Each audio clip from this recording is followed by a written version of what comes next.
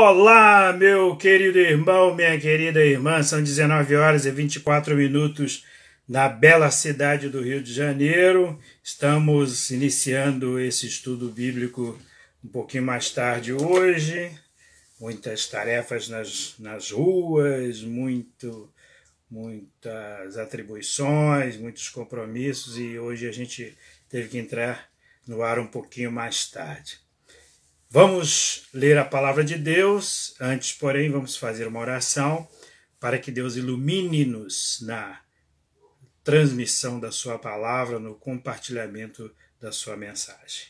Santo Deus, eterno Pai, obrigado por esta oportunidade de compartilhar a tua palavra, em nome de Jesus Cristo. Amém. No nosso estudo bíblico desta noite, vamos voltar à carta de Paulo aos Efésios. Foi objeto da nossa análise na semana passada. Hoje trabalharemos o capítulo 2. Até o verso 10, o texto diz assim: Ele vos deu vida, estando vós mortos nos vossos delitos e pecados, nos quais andastes outrora, segundo o curso deste mundo, segundo o príncipe da potestade do ar, do Espírito que agora atua nos filhos da desobediência, entre os quais também todos nós andamos outrora, segundo as inclinações da nossa carne, fazendo a vontade da carne e dos pensamentos, e éramos por natureza filhos da ira, como também os demais, mas Deus, sendo rico em misericórdia, por causa do grande amor com que nos amou, estando nós mortos em nossos delitos, nos deu vida juntamente com Cristo, pela graça sois salvos, e juntamente com ele nos ressuscitou e nos fez assentar nos lugares celestiais em Cristo Jesus, para mostrar nos séculos vindouros a suprema riqueza da sua graça, em bondade para conosco em Cristo Jesus. Porque pela graça sois salvos, mediante a fé, e isso não vem de vós, é dom de Deus, não de obras, para que ninguém se glorie, pois somos feitura dele, criados em Cristo Jesus para boas obras, as quais Deus de antemão preparou para que andássemos nelas. Muito bem, o tema de hoje é a salvação e as boas obras. Eu tenho para mim que isso causa confusão na cabeça de muitos crentes, naqueles que têm uma orientação teológica e doutrinária calvinista e também naqueles que têm uma visão teológica e doutrinária arminiana.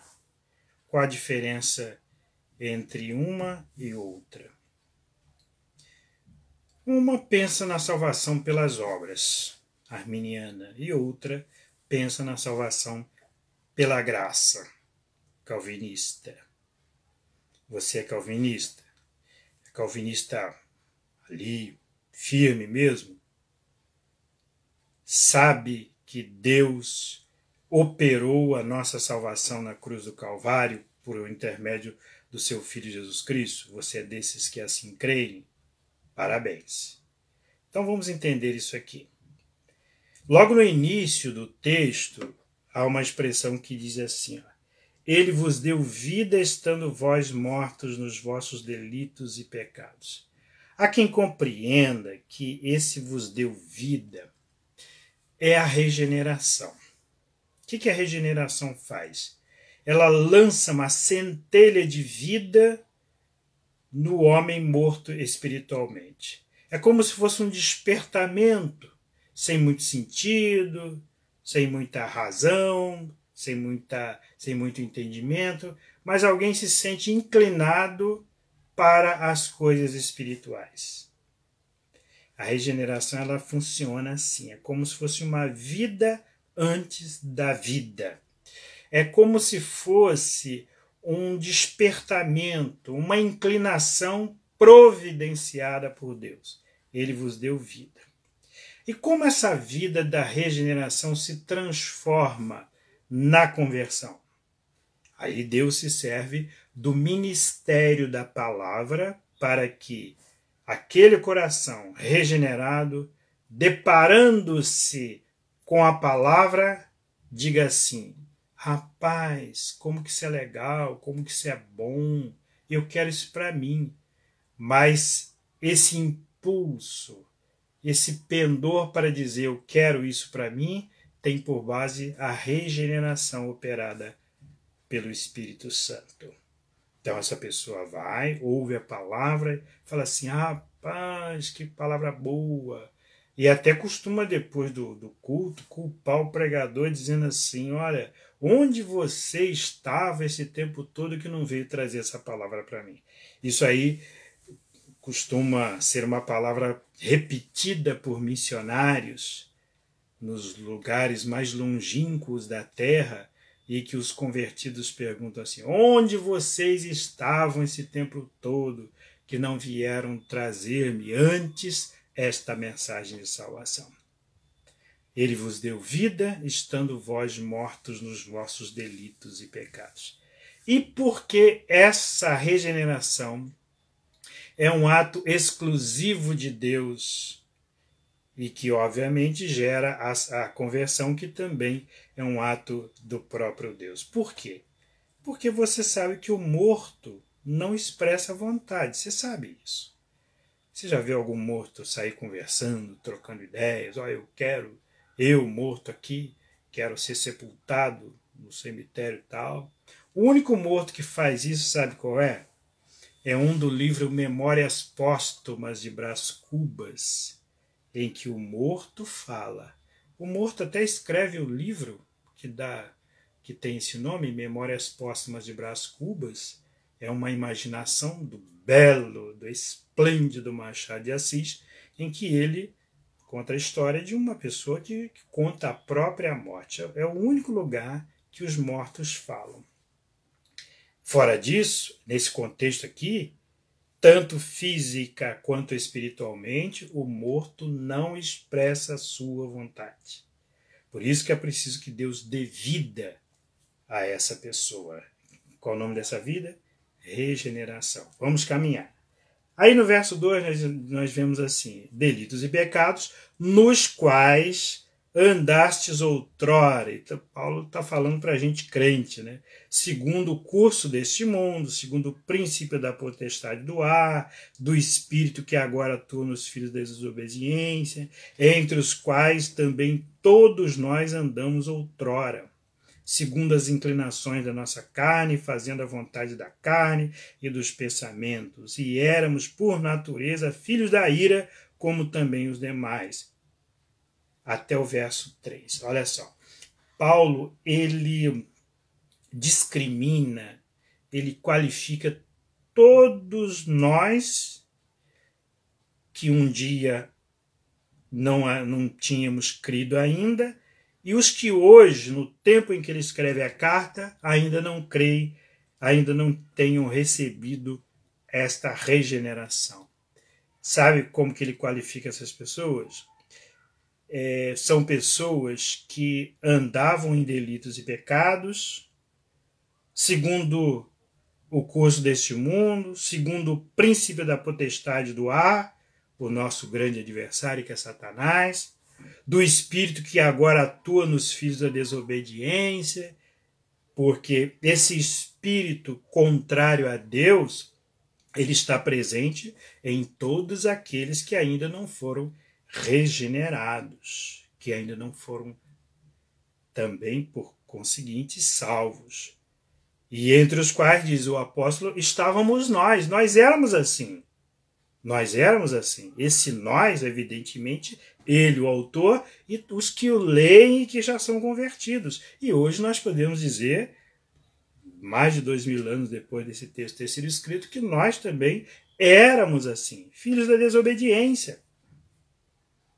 Éramos inclinados às paixões da carne. Essa questão aqui, carne e espírito, é uma figura de linguagem para dizer o seguinte: havia nos tempos de Paulo e daqueles irmãos daquela época, quem acreditasse que a carne era má e o espírito era bom. Até hoje a gente vê pessoas dizerem isso. A carne é má, o espírito é bom. Cristo, ao falar sobre esse assunto, ele diz assim: a carne é fraca, o espírito está sempre pronto. É uma dicotomia, quer dizer, uma separação entre carne e espírito. Mas o ser humano não é nem só carne, nem só espírito. Separa os dois para você ver o que dá. O espírito fica vagando por aí, como alma penada, isso é um ser humano. Se você considerar apenas o espírito. Se você considerar apenas a carne, sem o espírito, o que acontece quando é subtraído do corpo a parte imaterial, a parte espiritual? Esse corpo morre. Então não faz sentido pensar num ser humano só uma das partes, ou só a carne, ou só o espírito. Mas aqui era o entendimento da época, era a visão da época dessa separação entre carne e espírito, entendendo que a carne é a parte má e que o espírito é a parte boa. E hoje até parece que nós também cremos assim, porque tudo que é bom da carne nós condenamos. E aí entendemos que as coisas boas, prazerosas, são pecaminosas porque são da carne. E aí a nossa relação com o alimento, a nossa relação com o sexo oposto, a nossa relação com toda sorte de coisas que nós fazemos e não são necessariamente pecaminosas, mas porque feitas pela carne nós as temos como pecaminosas. Eu estou num dia de sol, estou na praia, que coisa prazerosa, meu corpo gosta disso. Isso é pecado porque o corpo está gostando. Verso 4. Porque no verso 4 há uma mudança de discurso. Mas Deus, quer dizer, aquele pessoal, né, estava todo mundo perdido no pecado, em trevas medonhas, mas Deus, sendo rico em misericórdia, por causa do grande amor com que nos amou, e estando nós mortos em nossos delitos, nos deu vida juntamente com Cristo. E tem uma expressão que diz assim: pela graça sois salvos, quer dizer, é o modus operandi, é a maneira através da qual Deus nos deu vida juntamente com Cristo. É como se o apóstolo dissesse assim: vocês sabem que isso foi feito pela graça, não é? Porque pela graça sois salvos. E continua: e juntamente com ele nos ressuscitou e nos fez assentar nos lugares celestiais em Cristo Jesus. Diz para mim, aquelas pessoas para quem Paulo estava escrevendo, da igreja de Éfeso, e o próprio Paulo, estavam assentados nos lugares celestiais em Cristo? Literalmente? Claro que não. Isso é uma linguagem figurada, para dizer o seguinte: nós fomos elevados ao status de salvos, de pessoas que agora não mais estão condenadas pelos seus pecados, porque esses pecados foram postos em Cristo que morreu por nós na cruz do Calvário. Então agora nós somos elevados à condição daqueles que se assentam nos lugares celestiais em Cristo, porque Cristo nos levou para lá. Ele foi e nos levou para lá, para esse status de pessoas salvas. Para mostrar nos séculos vindouros a suprema riqueza da sua graça em bondade para conosco em Cristo Jesus. Porque o que nós vemos hoje de salvação ainda não é nem sombra do que haveremos de ver, como diz o texto aqui, nos séculos vindouros, quando Deus nos chamar à sua eterna e gloriosa presença. Aí que a gente vai ver o que é salvação, o que é coisa boa, desejável, vida de verdade. A gente não tem nem sombra. As Escrituras dizem, numa das cartas de Paulo: nem olhos viram, nem ouvidos ouviram, nem jamais penetrou em coração algum o que Deus tem preparado para os que o amam. E do verso 8 para o verso 10, há essa questão que eu quero enfatizar. Serei breve, mas quero enfatizar na noite de hoje. essa questão, essa tensão entre graça e obra, entre salvação pela graça e salvação pelas obras. Nós, calvinistas, sabemos que a nossa salvação é pela graça. Não é de graça, é pela graça. A graça que Cristo operou na cruz do Calvário, ela recai sobre a nossa cabeça, vestindo-nos desta vestimenta maravilhosa chamada graça. Ela nos cobre, pés a cabeça. É pela graça. Mas não é de graça porque Cristo teve que pagar na cruz. Estamos entendidos? Então o texto diz assim: pela graça sois salvos, mediante a fé. Num outro estudo eu já falei o valor da fé para a salvação. A fé é um instrumento que próprio Deus nos dá para que esse instrumento seja o receptor daquela salvação preparada para nós. E numa ilustração que eu criei e achei que ela é cabível, imagina que existam 2 compartimentos numa casa. Uma sala de estar, onde todo mundo está reunido ali, hoje nem tanto, né? Mas pense lá num salão social da sua igreja, nos tempos que a gente podia fazer isso. Todo mundo ali, preparado para almoçar. No outro compartimento, alguém está fazendo churrasco. E alguém que está lá no salão social quer um bocado de churrasco. De que modo o churrasco sairá lá de onde está sendo feito, na churrasqueira, e irá para aquela pessoa que está assentada no salão? Tem um prato, não tem um prato? Que vai conduzir, através do qual a pessoa vai conduzir esse churrasco para aquela outra lá na mesa. Esse prato é a fé, no quesito salvação.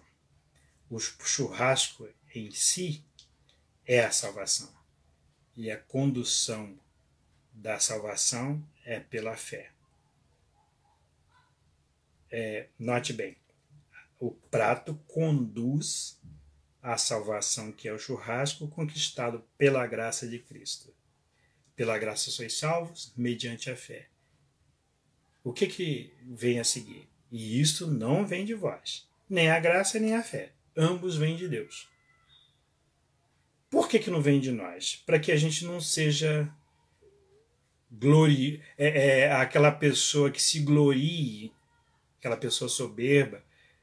Mesmo sendo pela graça, nós já somos soberbos. Você quer um exemplo? Olha como que eu sou mais crente do que você. Você sabe por que eu sou mais crente que você? Eu faço jejum, você não faz. Eu compareço à igreja 700 vezes na semana e você não comparece. Eu oro tantas vezes ao dia e você não ora. Eu leio a Bíblia tantas vezes e você não lê. Eu sou mais crente do que você. Olha como que a gente se compara. E compara para menosprezar o outro, né? Você sabe que nenhuma comparação é boa quando nós somos comparados para sermos menores do que aquele com quem nós somos comparados, né? Você sabe que ninguém gosta disso. Nós gostamos da comparação quando nós somos melhores do que aqueles diante de quem, ou contra quem, ou com quem nós somos comparados. Não é? Então, quando o crente fala assim, eu sou melhor do que você, ele pode não dizer com essas exatas palavras que eu estou dizendo, mas diz nas ações, na atitude. Aí eu falo outra língua, você fala outra língua. Eu fui batizado com o Espírito Santo, você já foi batizado com o Espírito Santo. Por isso que eu sou melhor do que você. A salvação não é pelas obras. Perdoe-me os arminianos. Mas, e depois que a gente é salvo? Tem alguma coisa a ser feita? Tem alguma coisa a ser feita? Tem. Olha o verso 10, vou lê-lo. Pois somos feitura dele. De quem? De Cristo Jesus, criados em Cristo Jesus para boas obras, as quais Deus de antemão preparou para que andássemos nelas. Então, respondendo à questão tema, à proposição tema do nosso estudo, que é a salvação e as boas obras, Salvação tem que estar andando juntinha com as boas obras. Boas obras elas têm que estar andando juntinhas com a salvação. Qualquer coisa fora disso é conversa fiada. É falso. Quem é salvo tem que praticar boas obras. Quem pratica boas obras, essas boas obras são válidas se vêm de um coração salvo, de uma vida salva. Eu espero que se você ainda não crê em Cristo como Salvador, nesta noite você passe a crer nele como Salvador. Creia em Cristo como Salvador. Mas como é que você vai fazer isso, se é um ato de Deus? Deus está chegando ao seu coração por esta palavra. Você não está percebendo, não? Por esta palavra. Pelo ministério da palavra, o Espírito Santo age na vida das pessoas para levá-las à regeneração e à conversão, à mudança de mente, à mudança de vida. E essa palavra está chegando na sua história agora. Creia, é Deus falando a você pela sua palavra, para que você se converta. Ah, você já é convertido? Então trabalhe, trabalhe, trabalhe. Que Deus a todos nós abençoe. Amém. É chegado o momento dos recadinhos. Eu começo aqui com Vinícius Ramos. Ô Vinícius, Deus o abençoe, guarde o seu coração. Márcia Guimarães, que Deus abençoe sua vida e seu coração. E a todos os que já passaram por aqui, Deus a todos abençoe e dê um ótimo final de noite. A gente se vê na próxima semana.